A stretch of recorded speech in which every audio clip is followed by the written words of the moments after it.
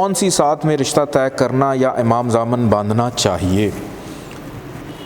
کون سی ساتھ؟ کسی کا بھی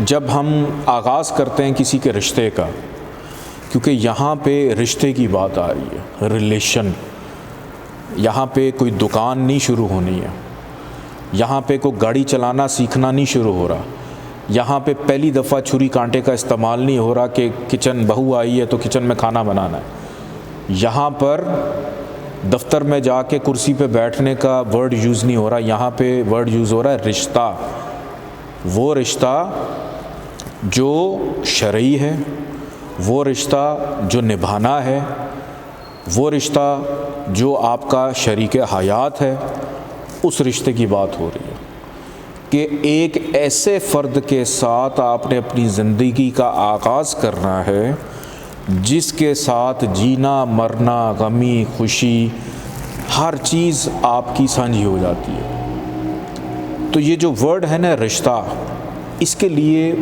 بہت ساری چیزیں ہوتی ہیں، لیکن جب ایک ریلیشن آتا ہے تو اس میں سب سے پہلی چیز ہوتی ہے فیلنگز، ایموشنز، جذبات، احساس، تحفظ، پیار، کہ اگر ایک رشتہ اس میں سرد مہری آ جائے، ایک رشتے میں حق ملکیت جتانا آ جائے، ایک رشتے کے اندر اختلافات آ جائیں، ایک رشتے کے اندر آپ ناقد بن کے اس رشتے کو نبھائیں، تو پھر آپ کا رشتہ نہیں چل پاتا۔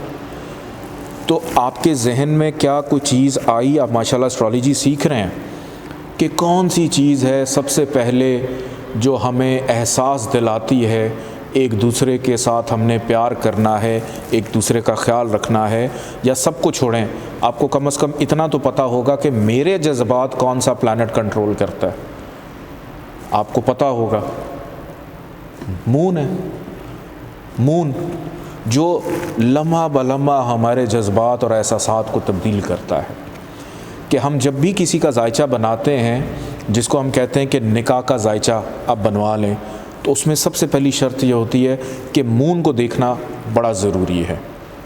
آج سے بہت سال پہلے اور ابھی بھی ہمیں یہ پڑھایا جاتا ہے کہ ائمہ معصومین کہ یہ فرمان ہے کہ قمر در اقرب میں شادی بیاہ یا کسی بھی نئے کام کی آغاز اور ابتدا نہیں کرنی چاہیے، خاص طور پہ شادی بیاہ۔ اب قمر در اقرب کیا ہے؟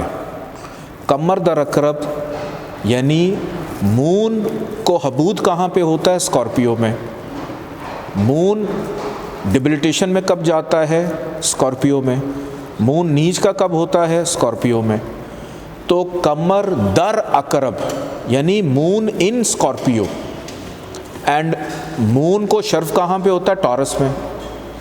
تو مجھے ایسٹرالوجی پڑھانے سے پہلے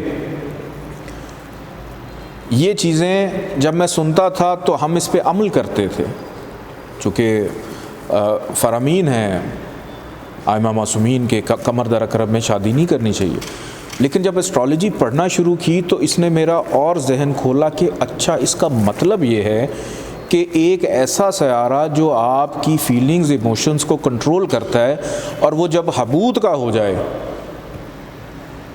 وہ خراب ہو جائے، تو اس عرصے کے اندر آپ کو شادی بیاہ یہ معاملات نہیں کرنے چاہیے۔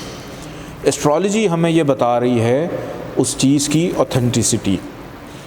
تو مون جو ہے جب خراب ہو تو آپ کو رشتے ناطے کرتے وقت خیال کرنا چاہیے کہ آپ ابتدا نہ کریں، لیکن مون اگر اچھا ہے آپ اس کا آغاز کر سکتے ہیں، لیکن صرف مون کو نہیں دیکھنا، ہمیں مرکری کو بھی دیکھنا ہے کہ دونوں نے احساس تو نہیں کرنا، گفتگو بھی کرنی ہے۔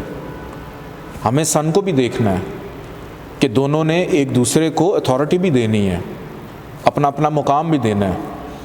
ہمیں مارس کو بھی دیکھنا ہے کہ اگلی نسل بھی چلنی ہے۔ تو یہ حتمی نہیں ہے کہ مون کی ساعت کے اندر آپ ایک رشتے کا آغاز کر دیں، ہمیں لگن دیکھنی ہے۔ لگن کیا ہے؟ لگن کے مطابق پلانٹس کی پلیسمنٹس کیا ہیں؟ تو پھر جا کے آگے معاملات چلتے ہیں کہ آپ اگر مون کی 7 میں کر رہے ہیں، ہو سکتا ہے مون کی 7 تو قمر در عقرب میں بھی چلتی ہے، تو یہ چیزیں فائنلائز کرتا ہے آپ کا ذائچہ، نکاح کا ذائچہ، جس ڈیٹ پہ ہو رہا ہے، جس ٹائم پہ ہو رہا ہے، اس ٹائم پہ اسینڈنٹ کیا ہے، اس ٹائم پہ پلانٹس کی پوزیشن کیا ہے۔